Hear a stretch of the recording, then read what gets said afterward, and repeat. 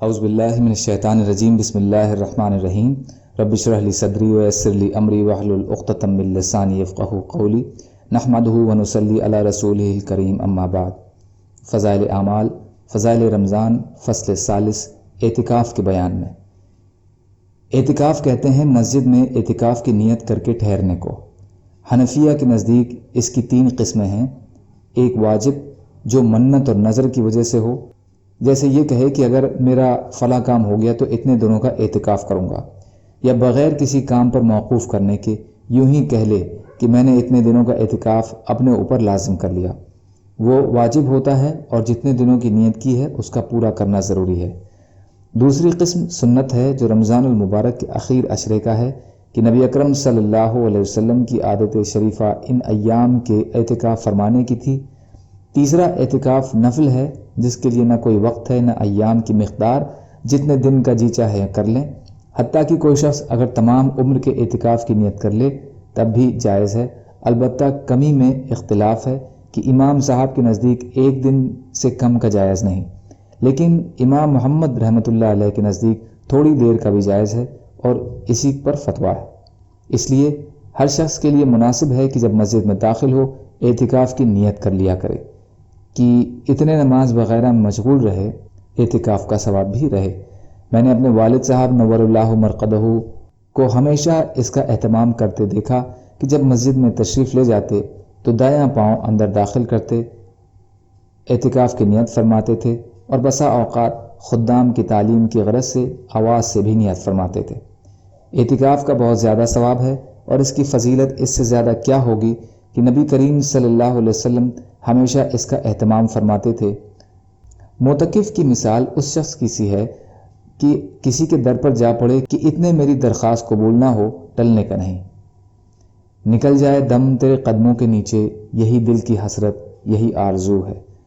اگر حقیقتاً یہی حال ہو تو سخت سے سخت دل والا بھی پسیجتا ہے، اور اگر اللہ جل شانہ کی کریم ذات تو بخشش کے لیے بہانہ ڈھونڈتی ہے بلکہ بے بہانہ مرحمت فرماتے ہیں کہ تو وہ داتا ہے کہ دینے کے لیے در تیری رحمت میں ہے ہر دم کھلے۔ خدا کی دین کا موسیٰ سے پوچھئے احوال کہ آگ لینے جائیں پیمبری مل جائے۔ اس لیے جب کوئی شخص اللہ کے دروازے پر دنیا سے منقطع ہو کر جا پڑے تو اس کے نوازے جانے میں کیا تأمل ہو سکتا ہے، اور اللہ جل شانہ جس کو اکرام فرمائیں اس کے بھرپور خزانوں کا بیان کون کر سکتا ہے۔ اس کے آگے کہنے سے قاصر ہوں کہ نہ مرد بلوغ کی کیفیت کیا بیان کر سکتا ہے، مگر ہاں یہ ٹھان لے کہ جس گل کو دل دیا ہے، جس پھول پر فدا ہوں، یا وہ بغل میں آئے یا جاں قفس سے چھوٹے۔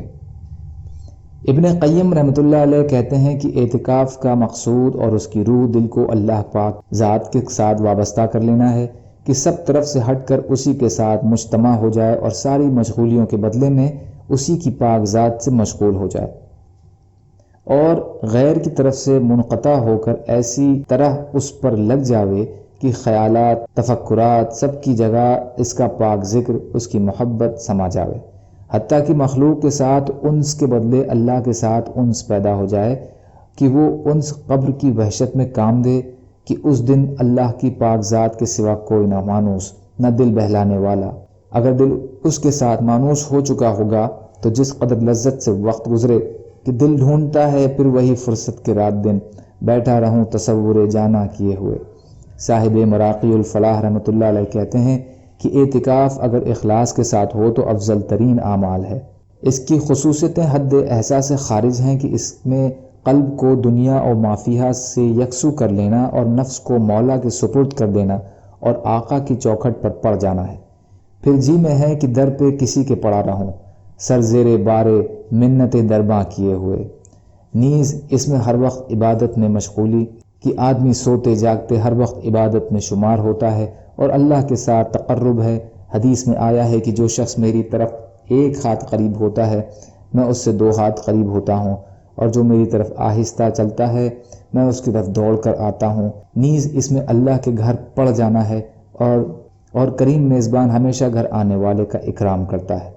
نیز اللہ کے قلعے میں محفوظ ہوتا ہے کہ دشمن کی رسائی وہاں تک نہیں، وغیرہ وغیرہ۔ بہت سے فضائل اور خواص اس اہم عبادت کے ہیں۔ اللہ تعالیٰ کہنے سننے سے عمل کی توفیق عطا فرمائے۔ یا اللہ مظلوم مسلمان جہاں بھی پریشان حال ہوں آپ ان کی مدد فرمائیے۔ یا اللہ ان کی جان و مال کی حفاظت فرمائیے۔ یا اللہ ہم سب کو اپنی استطاعت کے بقدر اپنا حق ادا کرنے والا بنائیے۔ یا اللہ ہم سب کے اچھے اعمالوں کو قبول فرما لیجیے۔ یا اللہ ہمارے برے اعمالوں سے درگزر فرما دیجیے۔ یا اللہ رحم کا، کرم کا، عافیت کا، درگزر کا، فضل کا معاملہ فرما دیجیے۔ سبحان اللہ بحمدہ، سبحانک اللہم بحمدک، اشہد ان لا الہ الا انت، استغفرک واتوب الیک۔ سبحان ربک رب العزۃ عما یصفون وسلام علی المرسلین، الحمد للہ رب العالمین، برحمتک یا ارحم الراحمین، لا الہ الا اللہ محمد رسول اللہ۔